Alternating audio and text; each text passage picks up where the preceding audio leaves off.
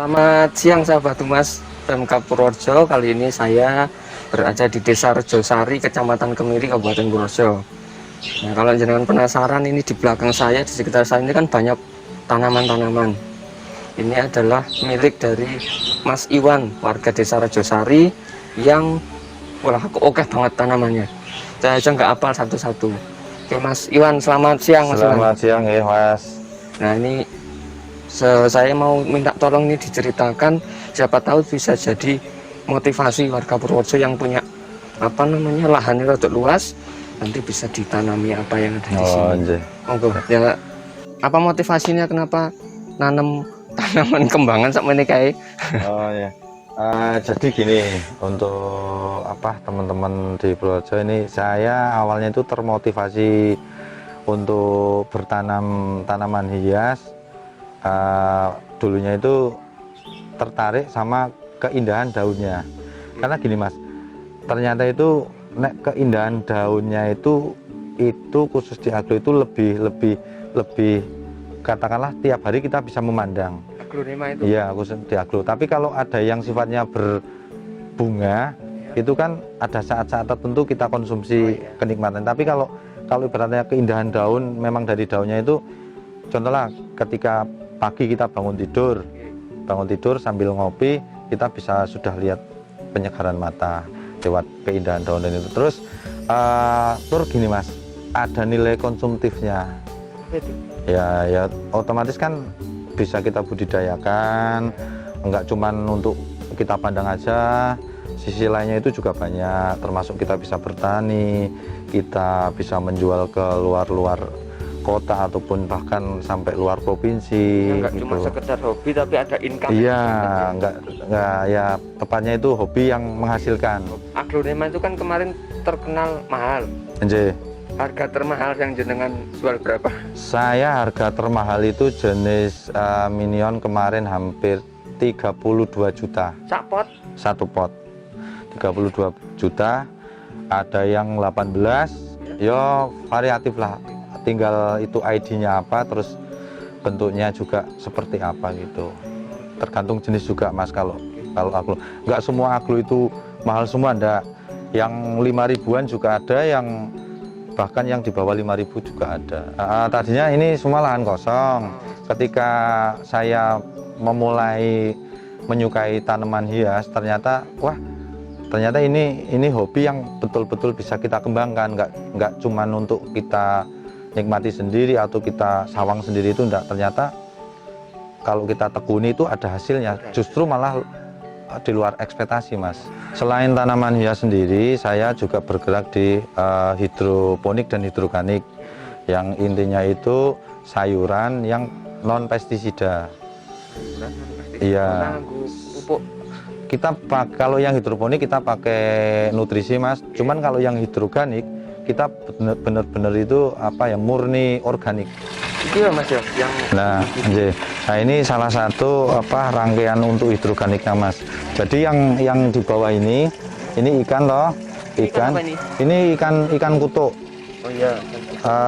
Corot tempat kita itu ada yang arahnya itu ikan gabus, ikan kutuk, ikan bayong kan gitu. Nah ini salah satu yang nilainya juga sangat prestis. Per kilonya itu untuk konsumsi itu sekitar 55.000. Nah untuk skala kolam seperti ini Mas, itu jangka waktu 6 bulan sampai 7 bulan kita bisa panen ikannya. Kalau untuk atasnya sendiri, kebetulan ini baru kemarin dipanen, juga rangkaiannya kita review lagi, baru lagi. Mungkin minggu depan ini mulai penanaman lagi. Nah nanti atasnya ini untuk kita gunakan, bisa untuk sayuran, bisa untuk bawang merah gitu. Padi pun juga bisa. Padi juga bisa. Ini yang jenengan sampaikan tadi, yang kolam punya efek ke tanaman di atasnya itu ini ya? Ya, jadi dikandung maksud gini Mas, untuk hidroganik sendiri itu di samping sayurannya segar,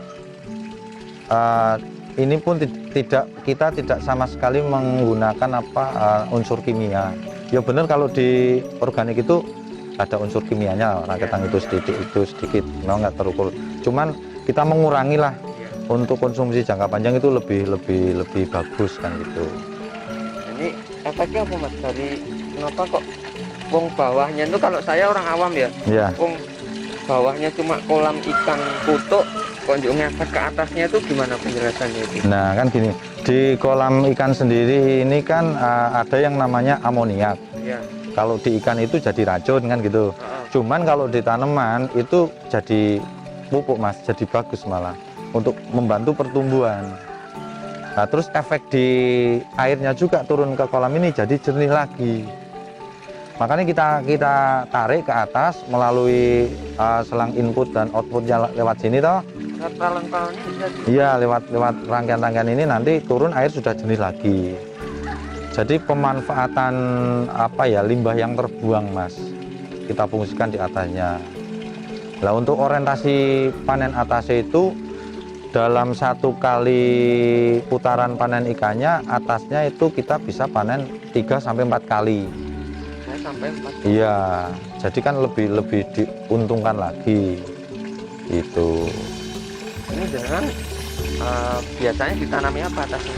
Ini saya biasanya bawang merah Mas, bawang merah karena bawang merah gini, kita sebagai petani kecil kadang turun harga itu fluktuatif, tentang harga itu kita kan nggak tentu.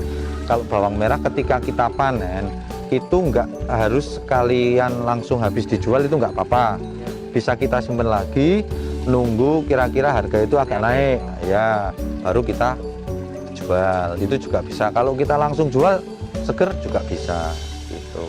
Yang ini isinya juga Sama ya, nanti misalkan gini Mas, jadi untuk rangkaian kayak gini itu nggak harus semuanya itu bawang merah, misalkan untuk skala rumahan gitu ya. Skala rumahan misalkan satu lonjor ini bisa ada bayam merah, bisa ada cesin, bisa ada kangkung, bisa ada bawang. Jadi kebutuhan dapur kita itu tanpa beli keluar, itu kita bisa produksi sendiri sebagai ketahanan pangan, itu aja. Terserah yang mau nanam. Iya, itu. Nah kalau itu yang biru-biru itu apa? Kalau yang digorong-gorong ini itu untuk indukan kutuk Mas. Jadi kita selain berbudidaya sayuran, kita untuk ikan kutuknya kita juga produksi sendiri. Karena kebutuhan di Purworejo sendiri sekarang sudah mulai banyak yang nabur untuk pembesaran ikan kutuk.